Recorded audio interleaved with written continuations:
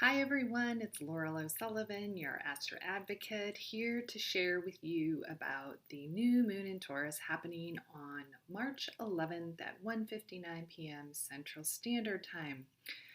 It's a new moon. The moon and the sun have come together in the sign of Taurus. So let's talk about Taurus. It's a new moon, they're here to create something new, and Taurus is an earth sign. Taurus, like slow and steady, wins the race. It's about building something tangible and physical because it's Taurus, the builder. And it's about persevering and having fortitude and building what it is that you want. And in order to build this new thing in our life, we need to be really clear on what matters to us. What's important to you? Because Taurus is our values. So we need to be clear and strong in those, and we will be supported in building something new, likely something new that's been evolving since last year. But we have to be clear and strong. And this new moon is really being supported in this intention that we have to build something new based on what's important to us, on what our values are, and how those have been shifting and changing since last year. Because both the sun and the moon are trining Pluto. Pluto is the planet of transformation. It's powerful, and it's saying you are ready for a change. There's something you've been wanting to follow through on, to contemplate making a change in some area of your life. And I'm going to share that for all the signs at the end of this. And so this energy is slowly gaining more power in the week following the new moon. And in fact, as we lead up to the lunar eclipse in Sagittarius that's going to occur on May 26th, and I'll be creating another video around that. So you can think of this new moon as being a lead up to the Sagittarius eclipse. So there's something we've been contemplating for a while, likely going back to last year. It's gaining strength and it's gaining clarity. But now there's something new, fresh, or different about it because we are in eclipse season. Eclipse season is about starting over, about a big, huge reset on the next chapter, the next book in your life. And Taurus likes to take its time to build, and it's been building. And now, with this eclipse coming up in a few weeks, is the time to build what it is you've been dreaming of. And this new moon is also being supported by Neptune. Neptune is in Pisces right now, so it's at home in Pisces. Neptune is higher love, it's our imagination, it's our dreams. It wants us to stay open even if we don't exactly know all of the details, because it's saying trust that the details will emerge. There can be a shift in the bigger picture of our life that's been slowly emerging since the end of March. And if we trust, Neptune is an outer ring planet, so it's connected to that divine love, that divine source. It's saying trust. The new moon is in Taurus, and Taurus is ruled by Venus. Venus is currently in the sign of Gemini. What is Gemini about? Gemini is about being social. It's about conversation, communication. So Venus in Gemini wants us to be social. It wants us to talk about the choices we're making. And it's saying that we do have choices because Gemini is about making decisions and making choices based on the facts. And because this is Taurus and Venus, and things that are important to us, the facts that matter, that support our values. We also have Mercury together with the North Node at the time of this new moon. And Mercury is our communication, and the North Node is our life direction. So this also signifies that we're being asked to make a big choice. This isn't just a little choice, this is a big choice. And again, it's been building since last year. And in Gemini, Mercury is adaptive, and again, it likes to discuss things, but because it's with the North Node, we need to trust, and Neptune, trust that this is being made in the way of our higher good. And to trust that there's something new that's going to emerge that we haven't seen before based on new information, that we are being asked to open up to a new perspective and a better possibility than we could have planned. But, and this is the kicker, we need to be firmly rooted in what it is that we want. And then things can come together in a different and in a better way than we could have ever imagined. Mercury is also being supported by Saturn. Saturn is here to teach us about our authority, maturity. So there's a knowingness about this opportunity. And the mind, however, which is represented by Mercury, is the last piece to know it. And so our heart and our intuition have been aware of this shift and this change that's wanting to occur for a while, and our mind is now the last piece to kind of come into place. And it might be questioning things, but in 2 weeks, when we have that lunar eclipse in Sagittarius, that's going to be the mind's final knowingness.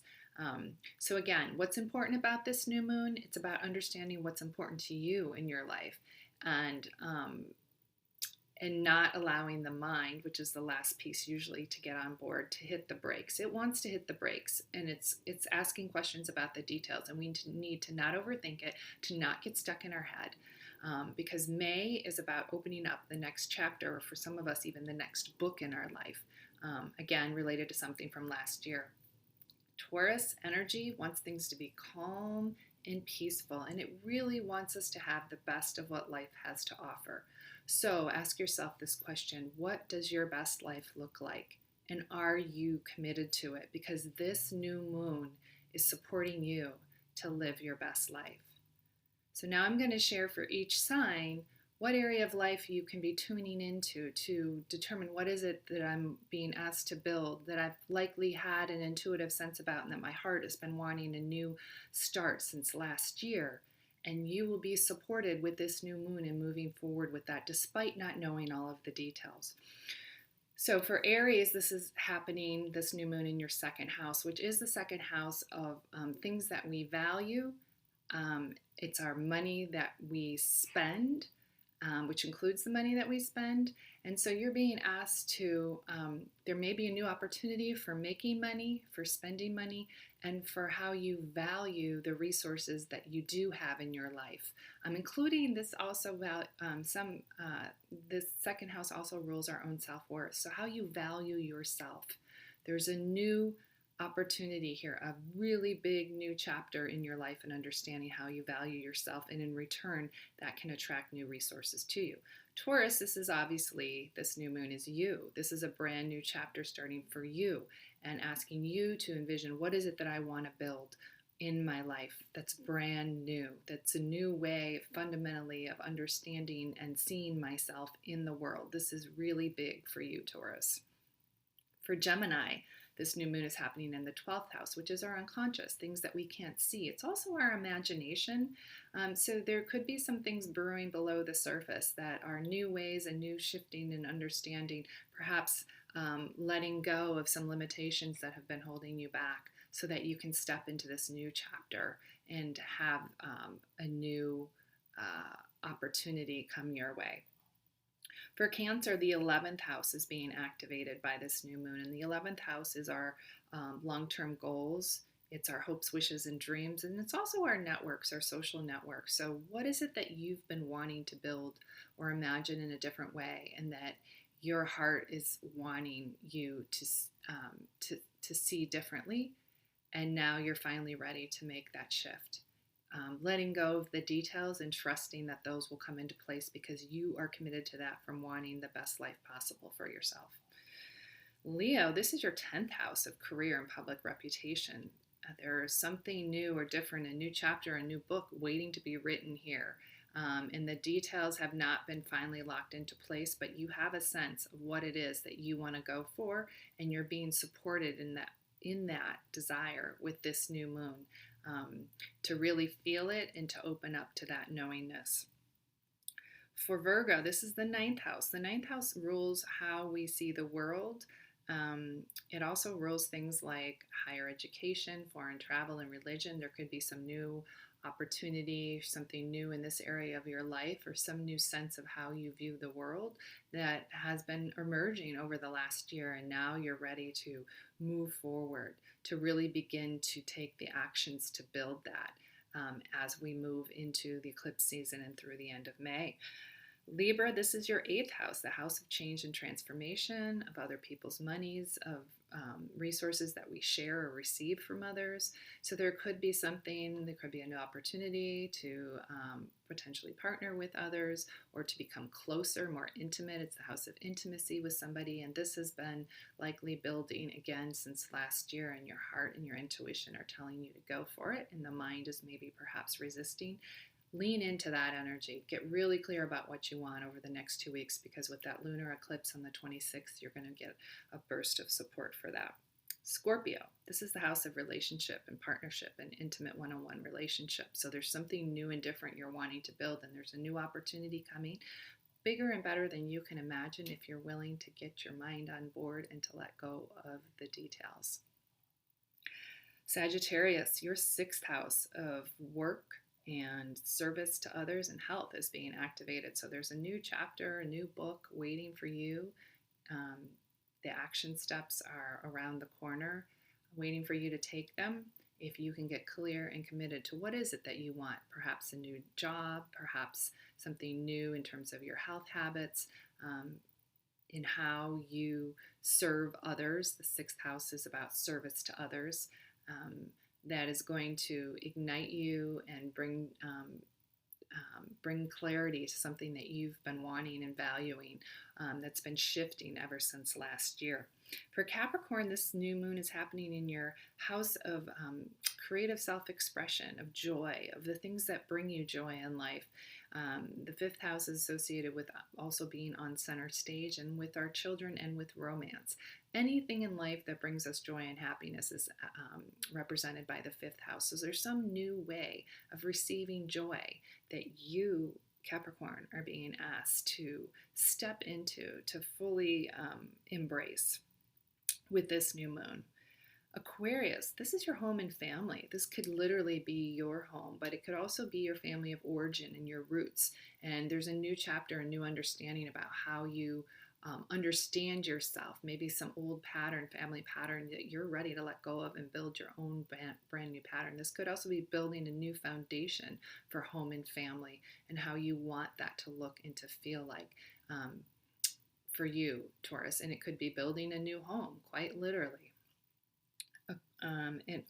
That was Aquarius. And finally, Pisces. This is in your third house, a house of communication, our daily communication, our relationship with our siblings, and short-term travel. So what is it that's new for you in this area of your life? Something new and tangible you're getting ready to build in this area. Maybe it has to do with a new work project or something online, a new platform, a new way of communicating with others, a new initiative, a new project. Some new teaching or training that you're getting ready to launch, or a new relationship, a new way of relating to those in your daily life. So what is it for all 12 signs that you want? Because this new moon is supporting us to live our best life, but we gotta want it. We've got to be committed to it.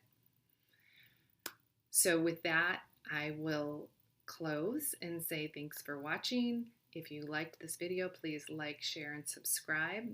As always, I appreciate your support, and I look forward to seeing you in the next video. And if you're interested in getting a life path reading from me, I do offer those along with coaching based on your using your astrology chart as the foundation for our work together, along with my deeper intuition and your goals.